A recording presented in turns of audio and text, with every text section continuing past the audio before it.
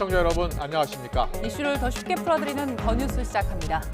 야당이 오늘 일제히 김건희 여사 주가 조작 의혹, 대장동 50억 클럽 인사들에 대한 특검을 주장하고 나섰습니다. 여당은 이재명 살리기 위한 대혼돈 노림수라면서 반발하고 있습니다. 여당 전당대회 소식과 함께 더 정치 시간에 풀어드리겠습니다.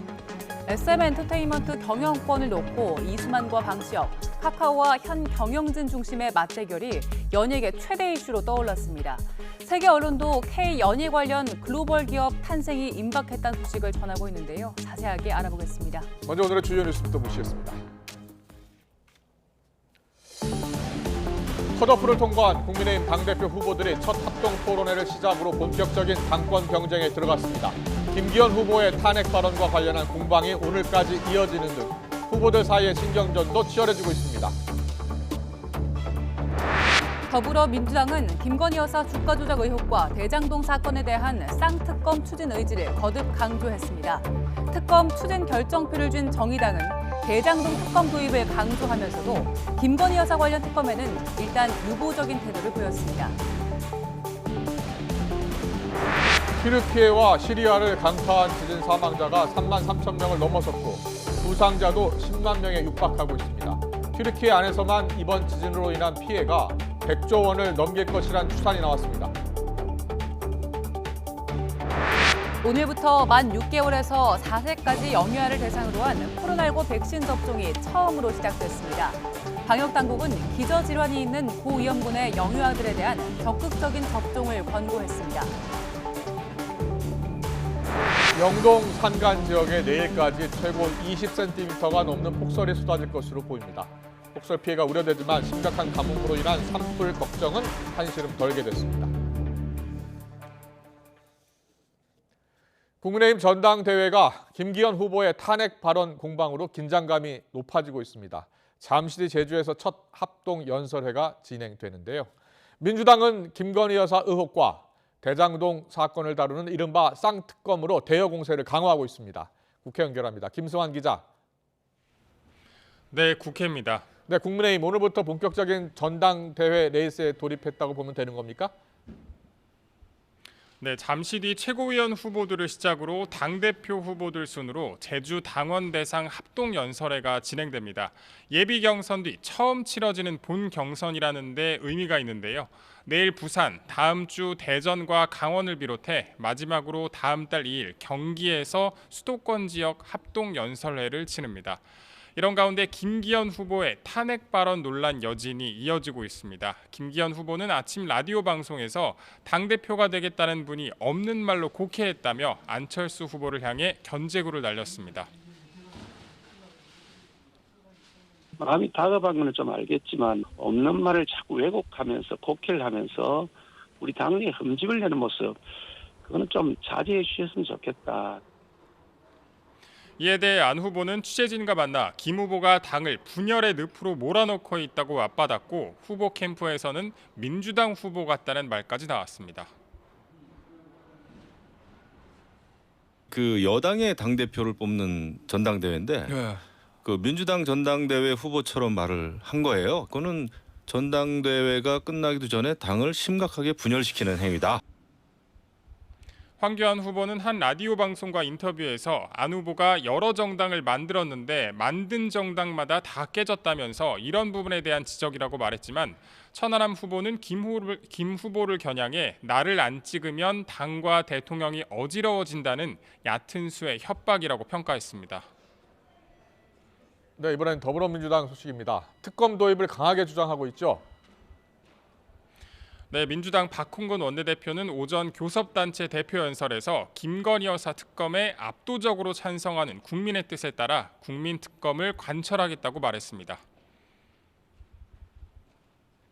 대체 누가 대통령입니까? 김건희 여사는 제가 있어도 신성 불가침인 것입니까? 남은 길은 특검뿐입니다. 진성준 원내수석도 아침 라디오 방송 인터뷰에서 대장동 의혹과 관련해 자금 추적 수사가 필요하다며 쌍특검 여론전에 집중했습니다.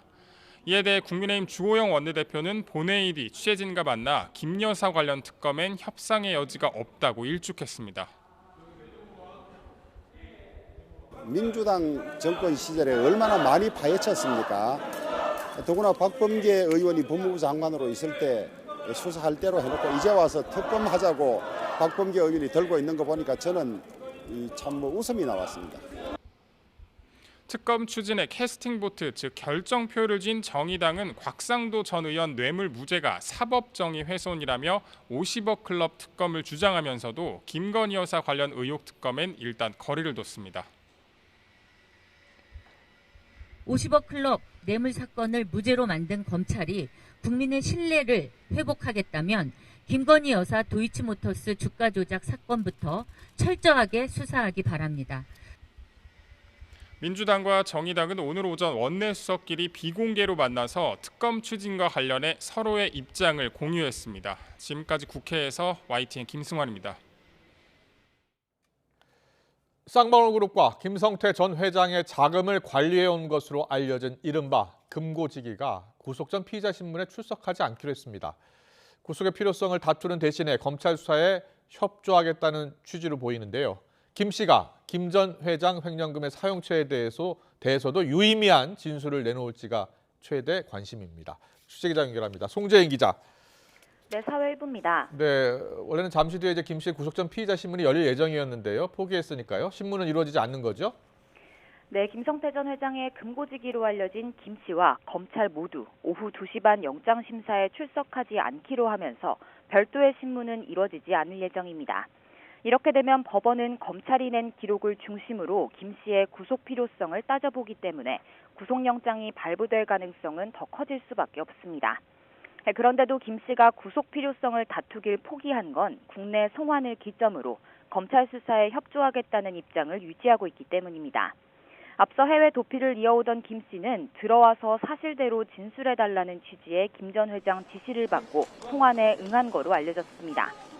이후 이틀 동안 진행된 검찰 조사에서도 진술을 이어가면서 협조적으로 임하는 거로 전해졌는데 이르면 오늘 구속 여부가 가려진 이후에도 같은 태도를 유지할 것으로 보입니다. 네, 그런 만큼 검찰은 김 씨 구속 수사를 통해서 최대한 유의미한 진술을 확보하겠다는 입장 아니겠습니까? 가장 집중적으로 들여다볼 부분은 어디라고 보면 되겠습니까? 네, 우선 검찰이 공소장에 적시한 거로 알려진 김 전 회장의 횡령 금액은 590억 원 가량입니다. 이 돈을 어디에 썼는지가 검찰 조사의 핵심 규명 대상입니다. 검찰은 유령 회사와의 복잡한 거래 등을 통해 이 돈을 빼돌리고 또 지시에 따라 쓴 실무자가 바로 금고지기 김 씨라고 보고 있습니다. 또 이 돈이 김 전 회장이 받는 모든 의혹과 연관된 자금의 출처일 수 있다고 의심하는 만큼 자금을 관리해온 김 씨의 진술이 중요한 상황입니다. 앞서 김 전 회장이 경기도 스마트팜 사업과 이재명 당시 경기지사 방북 성사 목적이었다고 검찰에 진술한 대북 송금액 800만 달러 외에도 돈 세탁이 돼 사용처를 알 수 없는 수백억 원 규모의 횡령금의 실체를 김 씨의 진술을 통해 밝혀낼 수 있을지 검찰은 주목하고 있습니다. 이미 수사 대상에 오른 민주당 이재명 대표 변호사비 대납 의혹의 자금 출처일 가능성은 물론이고 김 전 회장이 사업을 확장하는 과정에서 정관계 인사들에게 로비한 돈일 가능성도 검찰은 배제하지 않고 있습니다. 그런 만큼 일각에서는 김 씨 진술에 따라 검찰 수사가 더 확대될 수 있다는 전망도 나오고 있습니다. 지금까지 사회1부에서 YTN 송재인입니다. 코로나19 신규 확진자 규모가 지난해 6월 수준까지 떨어졌습니다. 오늘부터는 만 4살 이하 영유아 대상 백신 접종도 시작됩니다. 취재기자 연결합니다. 김연아 기자. 네, 사회2부입니다. 네, 먼저 오늘 코로나19 발생 현황부터 전해주시죠. 네, 오늘 국내 코로나19 확진자는 5,174명입니다. 지난주 대비 670여 명이 줄었고 지난해 6월 27일 이후 33주, 약 8달 만에 최저치를 기록했습니다. 위 중증 환자 역시 263명으로 역시 석 달여 만에 최저치를 기록했고 숨진 사람은 11명입니다. 더불어 오늘은 중국발 단기 치료 외국인 가운데 확진자가 단 한 명도 나오지 않았습니다. 실내 마스크 해제에도 코로나19 확진 규모는 6차 대유행 이전 수준까지 떨어졌는데요. 오늘부터는 6개월부터 만 4세까지 영유아 대상 코로나19 백신 당일 접종이 시작됩니다. 미국 화이자의 영유아용 백신으로 8주 간격으로 3번을 맞는데 방역당국은 영유아의 치명률이 높은 만큼 특히 기저질환이 있는 고위험군 영유아의 경우 꼭 접종해달라고 당부했습니다. 실제 4살 이하 영유아 사망자는 누적 확진 10만 명당 1.49명으로 소아청소년층에 비해 높고 확진부터 사망까지 기간도 엿새가 되지 않습니다.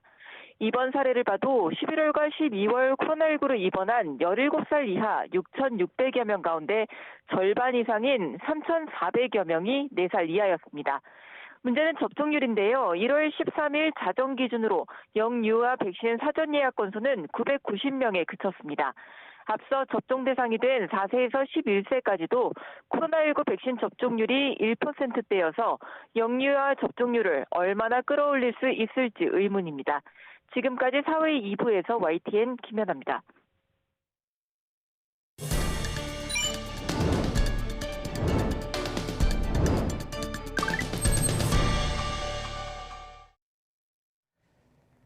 코로나19의 긴 터널이 지나고 여러분은 일상을 잘 찾아가고 계신가요? 지난 3년 동안 몸의 일부 같았던 마스크를 이제 대중교통과 의료시설 등을 제외하고는 벗을 수 있게 됐지만 팬데믹 이전의 일상을 온전히 되찾기까진 시간이 더 걸릴 걸로 보입니다. 코로나 회복과 관련해서 한국보건사회연구원이 성인 남녀 3,900여 명을 대상으로 조사를 진행했는데요. 대부분은 코로나19 이전의 일상을 60% 정도 되찾은 것으로 느끼고 있었습니다. 일상 회복 속도는 소득과 계층에 따라서도 차이를 보였는데요. 소득 상위 20%의 회복 정도 점수는 6.37점이었습니다. 평균보다 높았지만 소득이 낮을수록 또 점수가 떨어져서 하위 20%는 5.85점에 그쳤습니다. 소득 하위 계층이 코로나19 상황을 극복하는 과정이 더 험난했다는 걸 알 수 있죠. 코로나19는 우리 사회의 고립감도 키웠습니다. 아플 때 도움을 받을 사람이 있냐는 질문에 그렇다고 답한 비율이 68% 정도로 코로나 이전보다 15%포인트 넘게 떨어졌고요. 이야기를 나눌 사람이 있다고 답한 사람 역시 5년 전보다 줄어서 85% 정도로 나타났습니다. 사람들의 심리적인 고립감이 커진 거죠. 경제적인 고립감은 더 두드러졌습니다. 큰 돈을 빌릴 사람이 있다고 답한 사람의 비율이 2014년 이후 가장 적었는데요. 코로나19 유행 전인 지난 2017년보다 24%포인트 넘게 급감했습니다. 소득이 적고 자신의 사회 경제적 지위가 낮다고 생각할수록 새 질문에 긍정적으로 답한 비율이 낮았는데요. 결국 사회적 지위가 안정되지 못할수록 고립이 더 심각했다는 겁니다. 코로나19 사태는 생물학적 측면에선 누구도 피할 수 없이 공평했지요. 건강 악화와 경제적 피해가 취약계층에서 더 크게 나타난 사실은 이미 여러 통계로 확인된 바 있는데요. 나아가 일상 회복에서도 계층별 차이가 있다는 건 우리 사회 대응이 불평등했다는 걸 되돌아보게 만듭니다. 우리 사회 구성원들이 온전하게 또 공평하게 코로나19를 회복하기 위해서라도 보다 세심한 정책적 대안과 지원이 필요해 보입니다. 강원 영동 산간에 내일까지 최고 20cm가 넘는 폭설이 쏟아질 것으로 보입니다. 교통 불편과 함께 시설물 피해가 우려되지만 그동안 계속됐던 산불은 잠시 주춤할 것으로 보입니다. 취재 기자 연결합니다. 강민경 기자. 네, 문화생활과학부입니다. 영동 지방에 눈이 지금 내리기 시작한 겁니까? 네, 어제부터 시작된 눈이 지금은 영동 산간을 중심으로 이어지고 있습니다. 영동 산간 지역에는 강한 바람에 눈발이 흩날리는 곳도 있고 짙은 안개까지 껴 영하권 추위에 시야 확보가 어려운 상태입니다. 이번 눈은 북쪽에서 찬 대륙 고기압이 확장하면서 동풍의 영향을 받는 강원 동해안을 중심으로 집중되겠는데요. 오늘 밤부터 눈발이 굵어져 내일 새벽까지 이어지겠습니다. 강원 산간에는 최고 20cm, 강원 동해안에도 1에서 5cm의 눈이 쌓일 것으로 보입니다. 야간에 폭설이 집중되면서 빙판길이 나타나는 곳이 많아 교통안전에 각별한 주의가 필요합니다. 기상청은 내일 오후에도 차가운 동풍이 유입되면서 영동 지방에 또 한 차례 많은 눈이 내릴 가능성이 있다며 지속적인 주의를 당부했습니다. 지난주까지 강원 지역에는 건조특보가 내려지면서 산불 위험이 컸었는데요. 이번 눈으로 일단 산불 걱정은 조금 덜 수 있을 것으로 보인다고요? 네, 그렇습니다. 지난주에만 발생한 산불이 무려 16건인데요. 특히 강원 영동 지역을 중심으로 10일간 건조특보가 이어지면서 산불 위험이 커진 상태입니다. 하지만 이번에 영동 지역에 많은 눈이 내리면서 산불 위험 지수가 크게 낮아져 당분간 산불 발생은 주춤할 것으로 보입니다. 다만 기온이 오르면서 눈이 녹고 강풍이 불게 되면 산불 위험은 다시 커집니다.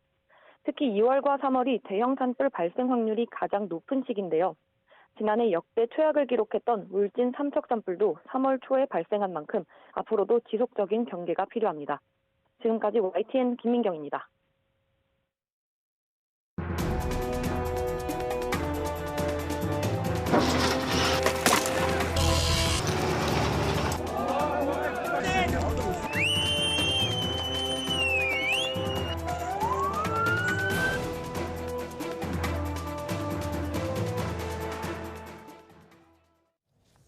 네, 튀르키예에서 지진이 발생한 지 벌써 일주일이 됐습니다.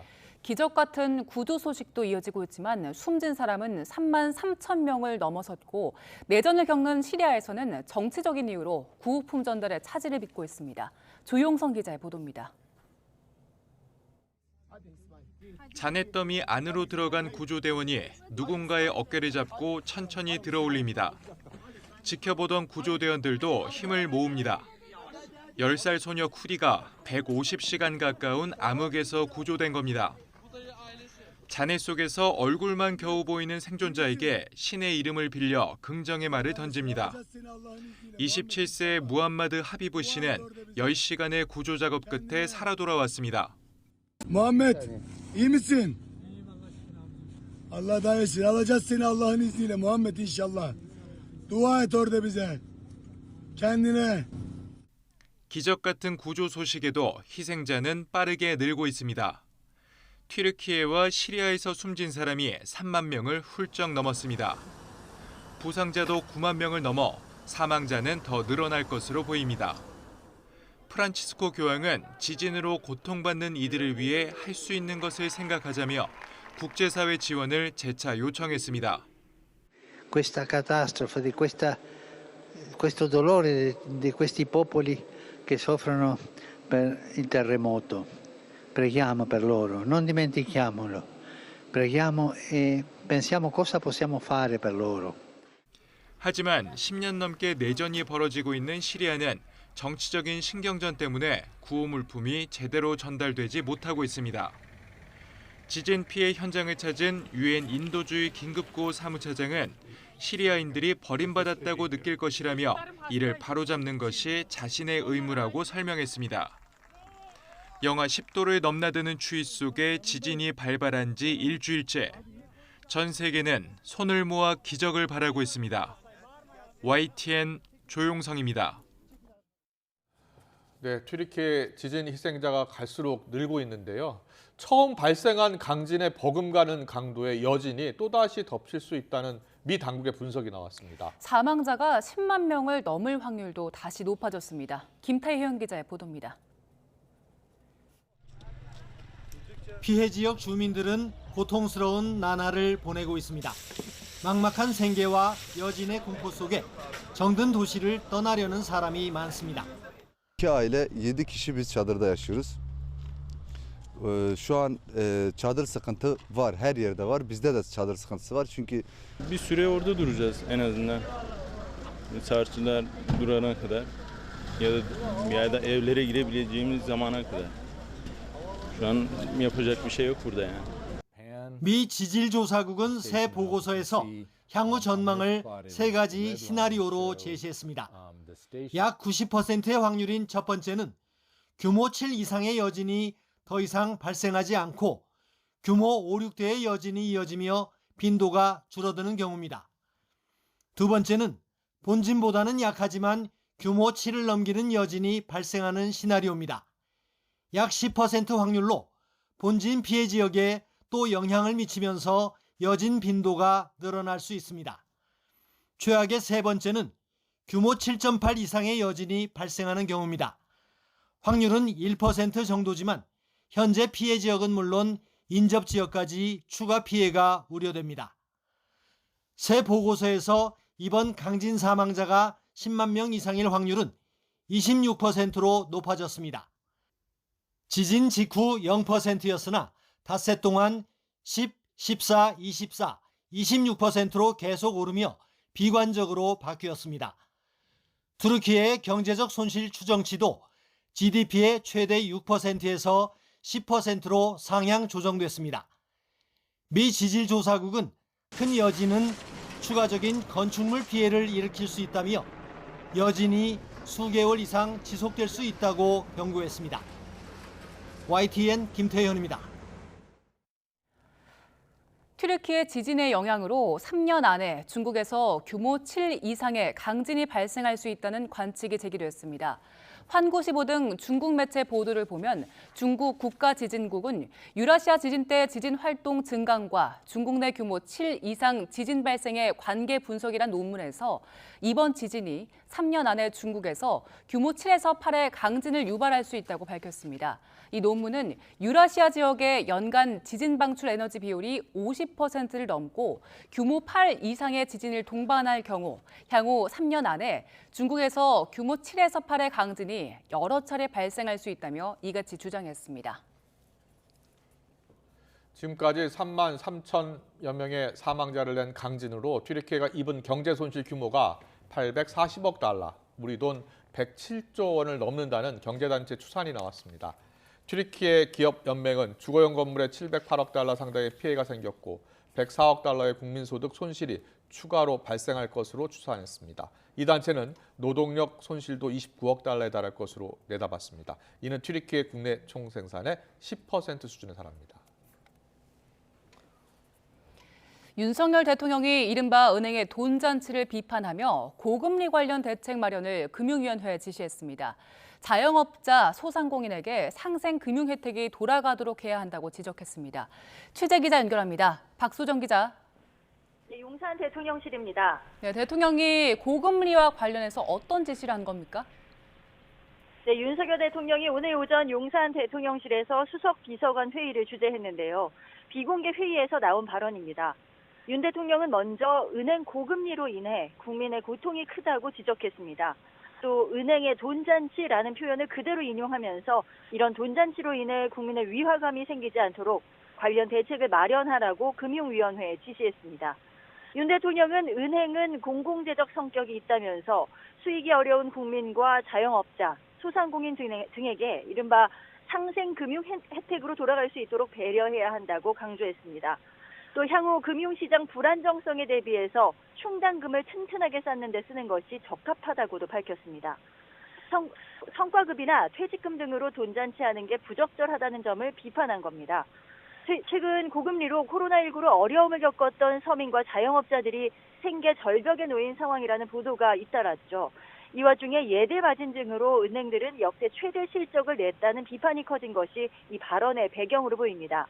특히 고물가의 난방비 폭탄까지 국민의 여론이 악화하는 상황에서 정부가 취약계층 지원 방안은 내놨지만 서민이나 중산층 지원책은 사실상 추가되기 어려워서 더욱 민심이 들끓자 고금리 관련 대책을 지시한 게 아니냐는 해석이 나오고 있습니다.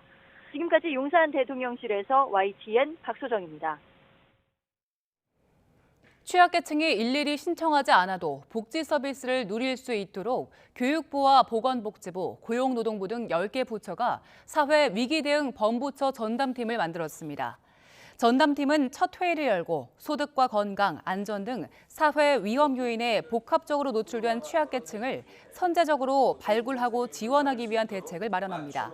장상윤 교육부 차관은 신청 절차가 복잡하고 구비 서류가 많아서 취약계층에게 진입 장벽이 높았다며 먼저 신청주에 기반한 사회 서비스를 전수조사해서 시스템을 근본적으로 개선하겠다고 밝혔습니다.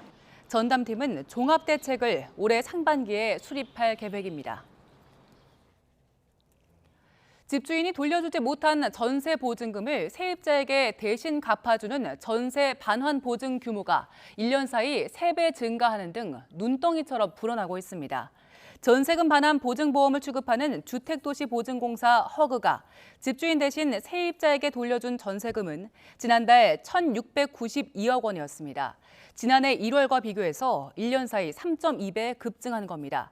정부가 5월부터 전세 보증금이 집값의 90%를 넘는 주택은 보증보험 가입을 차단하기로 했지만 집값 하락으로 올해 내내 깡통 주택이 속출하면서 허그의 연간 대위 변제액이 2조 원 안팎까지 치솟아 곳간이 바닥을 드러낼 거란 우려가 나옵니다.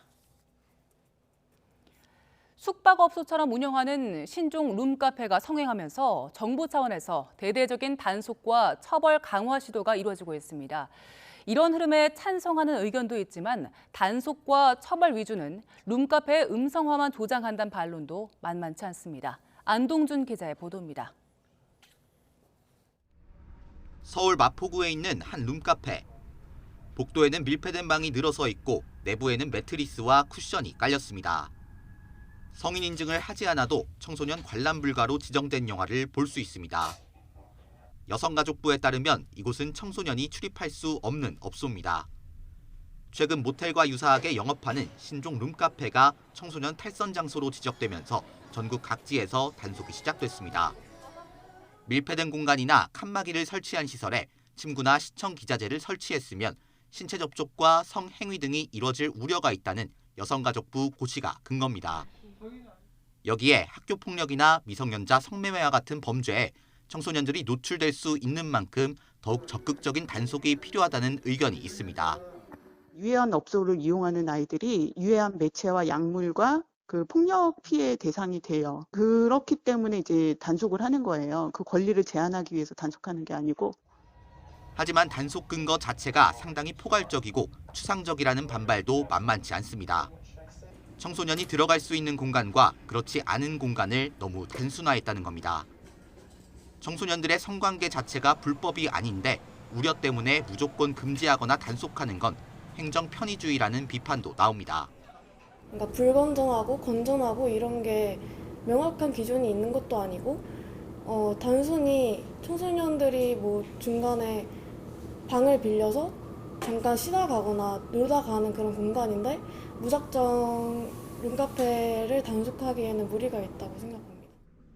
단속 위주로만 대응한다면 일종의 풍선 효과로 인해 제2, 제3의 룸카페가 등장할 수 있다는 지적도 있습니다. 우리가 이런 것들을 위해서 어떻게 대응하고 생각하고 준비해 왔는지에 대해서 고려해 봐야 되고 욕구를 누르는 교육이 아니라 갖고 있는 거를 편하게 터놓고 얘기할 수 있는 그러한 사회적인 분위기가 돼야 하고 대대적 단속과 처벌에 앞서 청소년들에 대한 제대로 된 성교육과 다양한 놀이문화 개발은 결국 어른들의 고민으로 보입니다. YTN 안동준입니다.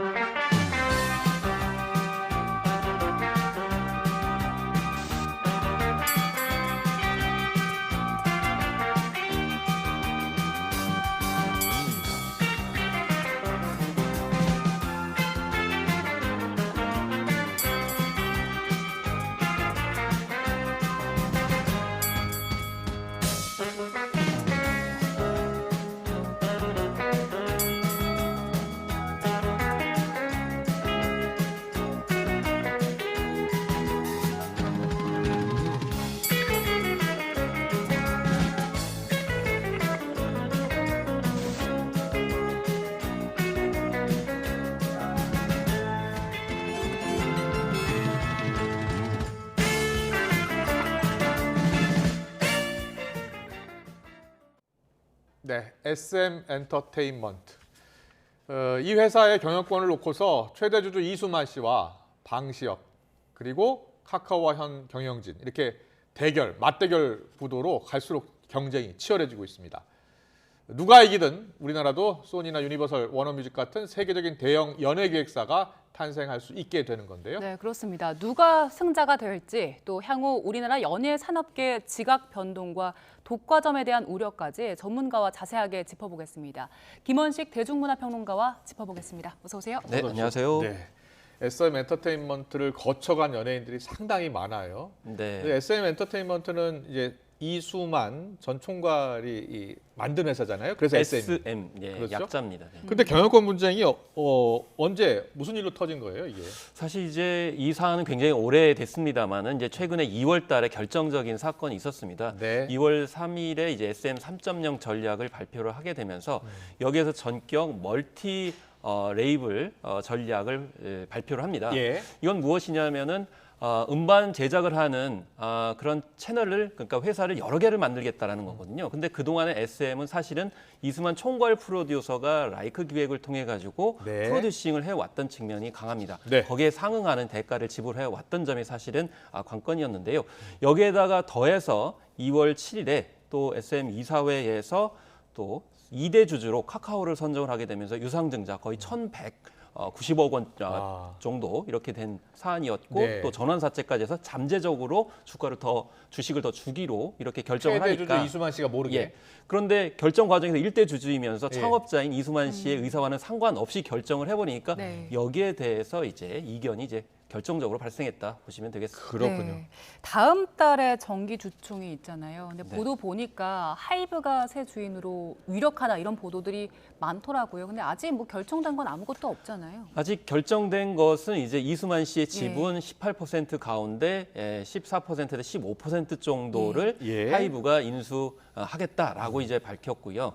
그 이후에 또 다시 추가로 이제 주식을 매입하겠다 이렇게 밝히니까 결과적으로는 지금 카카오가 2대 주주라 하더라도 8, 9% 정도 되기 때문에 훨씬 더 지금 유리한 그런 상황이죠. 그렇지만 안심할 수는 없습니다. 왜냐하면 그 외에 주식이 더 많기 때문에 네. 그런 점에서는 좀 아직은 장담할 수는 없지만 현재 상황으로서는 하이브가 유리하기 때문에 이런 보도가 이제 나온다고 보시면 되겠습니다. 카카오도 대응을 하고 있긴 하잖아요.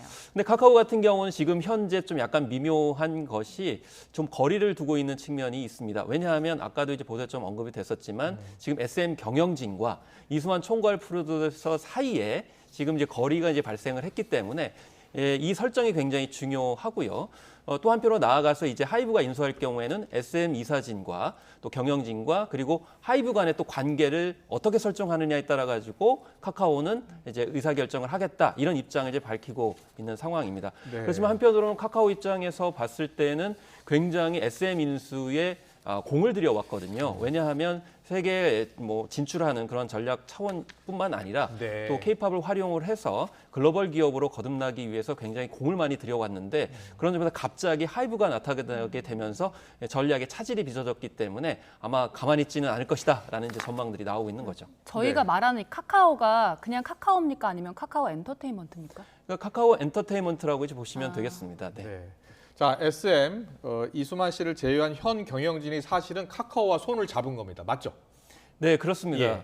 그런 점에 있어서는 이제 어떤 것이 옳으냐, 그건 이제 업계의 진단과 또 SM 경영진의 차이, 또 이수만 총괄 프로듀서의 이제 생각이 좀 차이가 있기 때문에 이렇게 된 것인데요. 그래서 한편으로는 뭐 이제 이 하이브 같은 경우에는 이제 생각지도 못했던 측면이 어쩌면 있을 수 있습니다. 왜냐하면 하이브는 SM의 경쟁자라고 생각한 측면이 많이 있거든요. 네. 그런 점에서 사실은 전격적으로 매각을 한다고 했을 때 대부분 다 깜짝 놀랐습니다. 왜냐하면 전혀 예상하지 못한 부분이었기 때문에 이제 그런 점에서 예상을 깬 파격적인 이수만 총괄 프로듀서의 어떤 선택이 왜 일어난 것이냐 여기에 이제 궁금증이 많이 일었던 거죠. 네. 이수만 전 총괄 프로듀서 입장에서는 가만히 있으면 경영권을 뺏기게 생겼다. 그래서 하이브에 어떻게 보면 백기사 요청을 한 거 아닙니까? 사실 이제 그 부분이 굉장히 이제 관전 포인트였는데요. 예. 경영권을 뺏기게 생겼고 또 프로듀싱까지도 못하게 되니 결과적으로 그런 부분들을 이면 이제 합의를 통해서 보장을 받고 네. 매각을 한 거 아니냐 이렇게 이제 맨 처음에 이제 의혹이 증폭됐었거든요. 근데 그 부분에 있어서는 이제 방시혁 의장도 밝혔습니다만은 프로듀싱이나 하이브의 경영에 참가하지 않은 그런 상황에서 매각을 결정했다라고 밝혔기 때문에 그런 부분은 좀 아니라고 일단 말하고 있는 상황입니다. 자, 하이브라는 회사요. 저 방시혁 대표이사 나왔는데 방탄소년단 프로듀싱하는 곳 아닙니까? 그렇죠. 방탄소년단을 이제 키울 때 흑수저 기획사라고 그래가지고 네. 굉장히 예. 중소기획사다라고 했는데 지금은 굉장히 커진 그런 이제 기획사가 돼버렸죠. 네, 지금 하이브 소속 주요 아티스트 나오고 있습니다. 그렇습니다. 그래서 뭐 이제 우리 방탄소년단도 있고요. 그다음에 TXT 동생뻘에 해당되는 이번에 빌보드 200에서 1위를 차지해서 굉장히 좋은 성과를 보여줬고 최근에는 뉴진스라고 그래서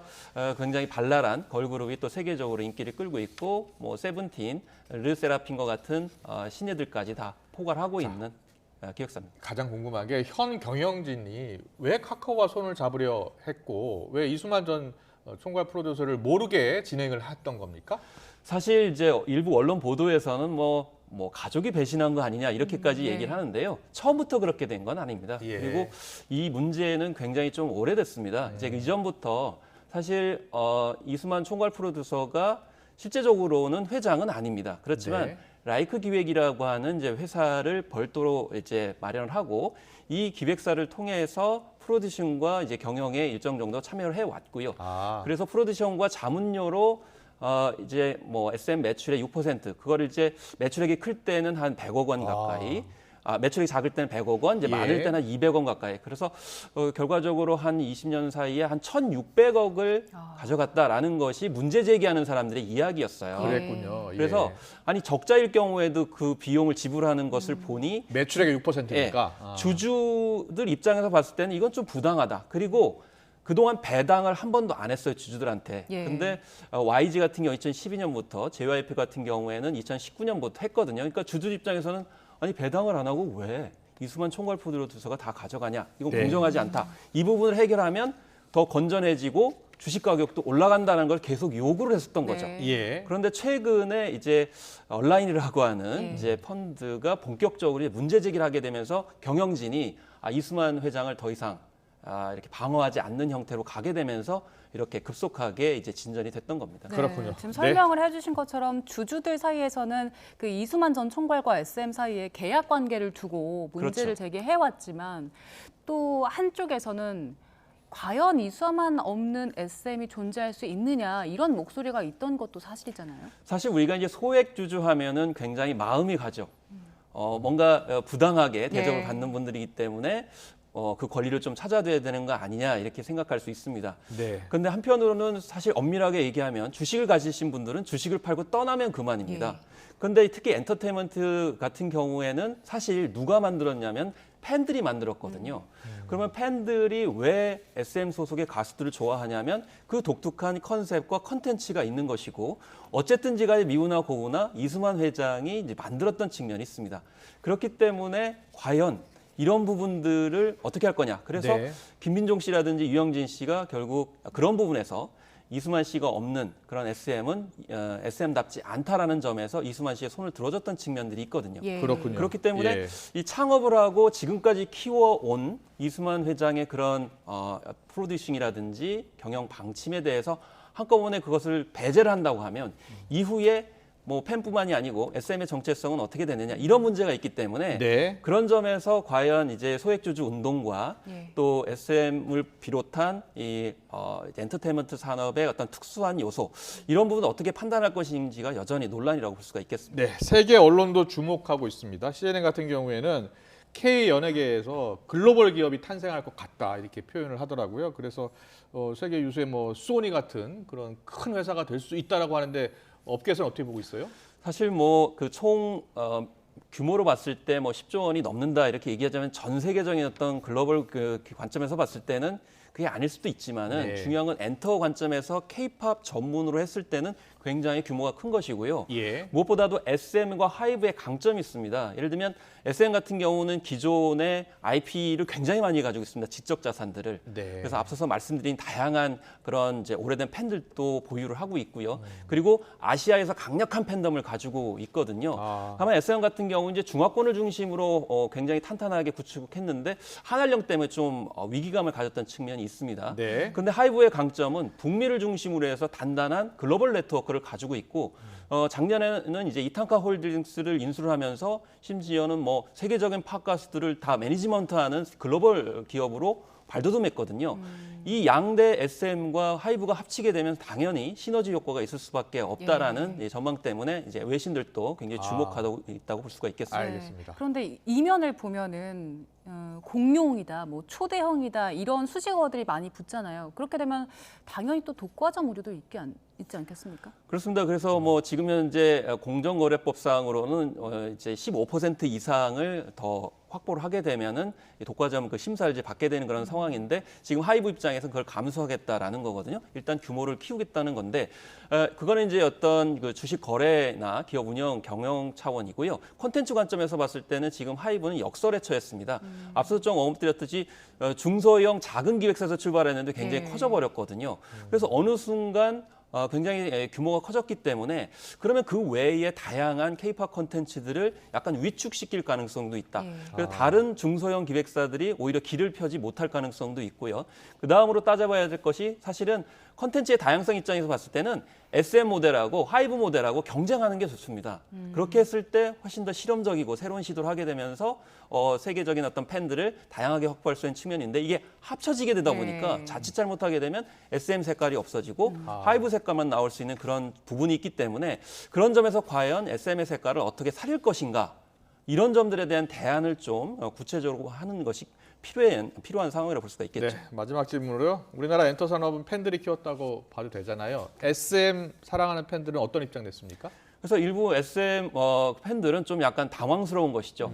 그래서 주식의 어떤 관점에서 봤을 때 배당도 좋고 또 이 지배구조의 개선도 분명히 필요하지만 과연 SM다운, SMP라고 얘기를 합니다. SM 이제 퍼포먼스 스타일을 만들었고 그것 때문에 좋아했는데 그럼 SM 스타일을 어떻게 확장 유지할 것인지에 대해서 비전을 제시해야 되는 거 아니냐라는 것이죠. 근데 지금 상황에서는 뭐 1위를 하느냐 마느냐 주주총회 어떻게 되느냐 여기에만 너무 초점이 맞춰져 있습니다. 그래서 글로벌 팬들이 우리 K 콘텐츠를 만들고 또 SM도 만들고 하이브도 만들었기 때문에 팬들의 입장에서 이런 논란들이 좀 정리되는 것이 무엇보다 필요하다고 생각이 들고요. 주주총회에서도 이런 점들이 반영돼야 된다고 생각합니다. 알겠습니다. 이번 인수전이 이 최대 주주 이익 관점이 아니라 우리나라 K 콘텐츠 진흥 관점으로 좀 이루어졌으면 좋겠습니다. 김원식 대중문화평론가와 함께 알아봤습니다. 잘 들었습니다.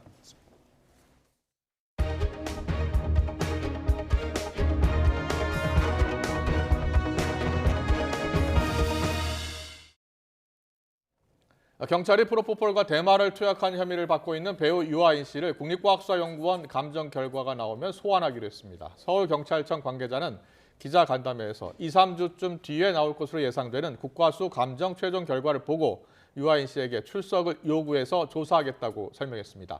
앞서 최근 식품의약품안전처는 프로포폴 처방 횟수와 용량이 비정상적으로 많은 50여 명을 찾아내 수사를 의뢰했는데 이 안에 유아인 씨가 포함돼 있었습니다. 데이트 폭력을 신고했던 전 여자친구의 신변 보호용 스마트워치를 훼손하고 납치한 혐의로 체포된 20대 남성의 구속 여부가 오늘 결정됩니다. 서울중앙지방법원은 오늘 오후 공동감금 형의 등으로 체포된 20대 남성 A씨의 구속 전 피의자 신문 절차를 진행합니다. A씨는 어제 새벽 1시 50분쯤 서울 역삼동에 있는 40대 피해자 B씨 집을 찾아가서 B씨를 강제로 끌고 나와 40분가량 차에 태워 납치한 혐의를 받습니다. 과거 데이트 폭력 사건으로 B씨에게 신고당한 A씨는 납치 과정에서 B씨가 찬 스마트워치를 잘라 화단에 버렸습니다.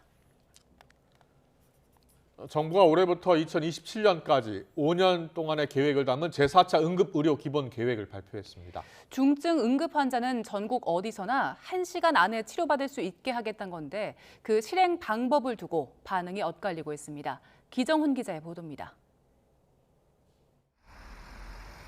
뇌출혈, 심근경색 같은 중증 응급질환은 전국 어디서든 1시간 안에 치료받도록 한다. 응급의료 체계가 최종 치료까지 책임지도록 하자는 게 정부의 목표입니다. 응급 환자가 구급차에 탑승을 하고 나서 이제 이 병원 저 병원을 이렇게 전전하게 되는 이런 상황들이 다시는 없도록 해야 되기 때문에 신속하게 지역 내에서 적정하게 병원에서 진료받을 수 있도록. 이른바 지역 완결형 의료를 위해 전국 40곳의 권역 응급의료센터를 최종 치료까지 맞는 중증 응급의료센터로 개편하고 최대 60개까지 늘립니다. 응급 환자가 제 시간에 치료병원에 도착하는 비율도 지난해 49.6%에서 2027년 60%까지 올립니다. 이를 위해 응급의료의 수가 보상도 확대합니다. 최종 치료 수가뿐 아니라 환자를 다른 병원으로 전원시키거나 응급 환자를 위해 입원실과 수술실을 상시 대기하는 것에 대한 수가 보상도 도입합니다. 하지만 이 같은 계획에 중소병원들이 크게 반발하고 있습니다. 분노와 좌절감에 울분을 토하면서 협회로 항의 전화가 빗발쳤습니다. 앞으로 병원 못하겠다. 응급의료기관 차라리 반납하겠다. 차라리 단체로 반납하자. 상급 병원으로의 쏠림이 심해질 거라는 게 반발의 이유입니다. 410여 개 국내 응급의료기관 가운데 중소병원이 맡고 있는 곳이 250곳이 넘는데 이들 역할이 축소될 것으로 우려합니다. 중소병원 대부분이 환자에게 외면받아 어려워지고 투자가 늦어지며 다시 외면받는 악순환이 반복될 것이라는 겁니다. 제 역할을 하던 병원에서조차 인력이 빠져나가고 결국 지역의료 시스템이 붕괴할 것이라고 경고했습니다. 하지만 복지부는 기존 의료 자원의 활용을 줄이려는 게 절대 아니라며 현장 의견을 더 많이 듣겠다고 말했습니다. 1차의 응급의료, 좀 더 경증, 비응급 환자들에 대한 기능을 명확화한다는 게 핵심입니다. 그 지역 응급의료 기관의 개편 방안의 항은. 그렇기 때문에 자원 축소나 이런 관점이 아니라는 걸 다시 한번 말씀드리고 있고요. 이런 가운데 강원도 속초의료원이 최근 응급실을 일주일에 나흘만 운영하겠다고 공지했습니다. 이유는 의료진의 부족. 응급의료 체계를 살리기 위한 과감한 조치가 응급 상황으로 처리되어야 할 이유가 하나 더 추가됐습니다. YTN 기정훈입니다. 현재 모든 책은 10%까지 이런저런 혜택을 합쳐도 15%까지만 할인을 받을 수 있습니다. 이 도서 정가제 일몰 시한이 다가오면서 정부가 오래된 책에 한해 할인폭 확대를 제안했습니다. 독자들은 환영하고 있지만 동네 책방과 출판계는 반발하고 있습니다. 차정현 기자입니다. 정부가 도서 정가제 개편 불씨를 댕겼습니다. 첫 국민 토론 주제로 소규모 영세 서점에 있는 오래된 재고 도서에 한해 현행 10%보다 할인폭을 더 늘려주면 어떻겠냐고 제안한 겁니다. 또 지방 도서 등에서는 이런 부분 등을 할인해서 팔아도 부정적인 요인들이 굉장히 적은데 일률적으로 도서정가제를 전국적으로 실시하다 보니 여러 불편함이 많다라는 제안도 있었습니다. 한 달 동안 취합한 결과는 압도적인 찬성. 추천이 2천여 건, 비추천이 100여 건으로 자율적으로 할인 판매를 허용해야 한다는 의견이 우세했습니다. 하지만 동네 서점들은 악성 재고로 큰 부담을 안게 된다는 토론 전제 자체가 잘못됐다고 반발합니다. 위탁 판매 시스템이기 때문에 팔지 못한 책은 출판사에 반품하면 된다는 겁니다. 몇 년 동안 있었고 색도 다 바른 책들도 반품이 됩니다. 그렇기 때문에 악성 재고라고 얘기를 할 수가 없어요. 오히려 할인폭을 늘려주면 유명 작가 책이나 베스트셀러로 판매가 몰려 생태계가 훼손되고 동네 책방은 대형 서점의 할인 경쟁에 밀려 사라질 것이라고 우려합니다. 독자들에게 보여지지 않았던 굉장히 좋은 작품들이 상당히 많은데 그런 책들은 가격에 의해서 외면받는 서점에서 팔지 못한 재고를 떠안아야 하는 출판계도 도서정가제 후퇴는 안 된다는 입장입니다. 가격에서 원인을 찾을 게 아니라 좋은 작가들을 양성해 무한 콘텐츠 경쟁에서 출판계가 살아남는 방법을 모색해야 한다고 강조했습니다. 독서 인구가 절벽이에요. 책이 가격을 할인한다고 해서 판매가 늘어난다?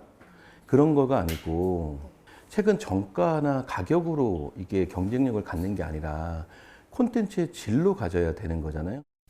오는 11월 도서정가제의 타당성 검토 기한이 돌아오는 가운데 10년 동안 이어졌던 현행 제도가 변화를 맞게 될지 관심입니다. YTN 차정은입니다. 오늘은 종일 하늘빛이 흐려 아쉽습니다. 그래도 낮 동안 기온은 크게 올라서 비교적 온화한 편인데요.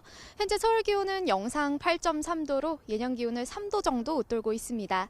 하지만 밤 사이에는 찬 공기가 남하하며 날이 다시 추워지겠습니다. 특히 내일은 서울 아침 기온이 영하 3도까지 떨어지며 오늘보다 무려 7도나 낮아지겠습니다. 급격한 기온 변화에 대비 잘해주시기 바랍니다. 현재 레이더 영상부터 살펴보도록 하겠습니다. 흐리기만 한 내륙과 달리 제주도에는 비가 내리고 있습니다. 동풍의 영향을 받는 동해안에는 눈이 내리고 있는데요.